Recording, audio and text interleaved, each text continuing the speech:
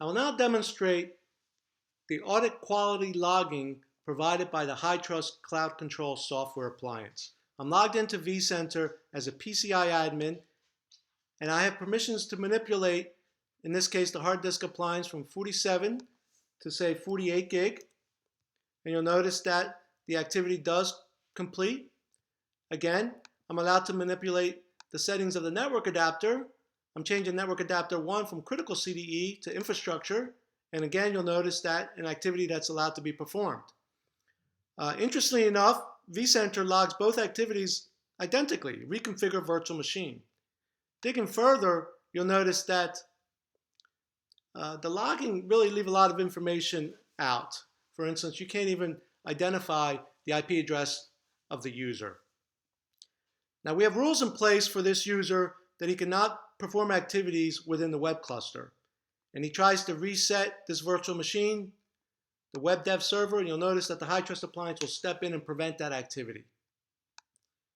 Again, the vCenter log doesn't even track denials. You'll notice that it's not even tracked within the appliance there.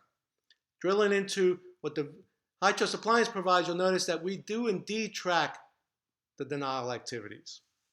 Let's drill further into what the log provides. You'll notice that the difference, a wealth of information within the HyTrust log. We provide the user, in this case, the PCI admin, the Active Directory group that user belongs to, in this case, the admin's PCI group. The source IP the operation was performed from, as well as the application that the user logged into vCenter from. We also provide the privileges required for the operation, and then we provide the results of the operation.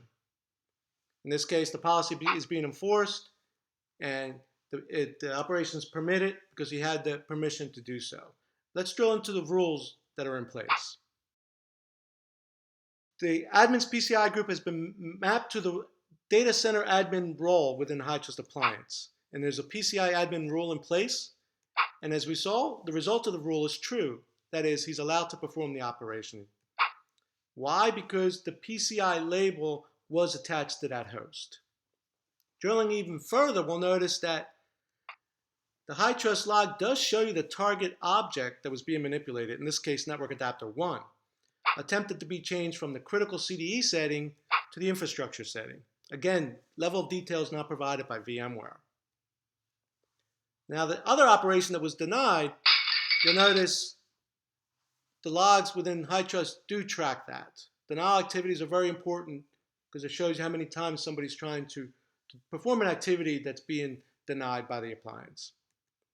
Here in this case, resetting of the virtual machine, because it's within the web development cluster and not labeled PCI, the resulting rule comes back false. The reason is that the label match is false. It's not PCI. And you look further, indeed, the target host label is labeled dev or DMZ. Now, imagine if you didn't have this information. This is the redacted view of the HyTrust log. So this is the information that you would not be getting if you're not using the HyTrust CloudControl appliance.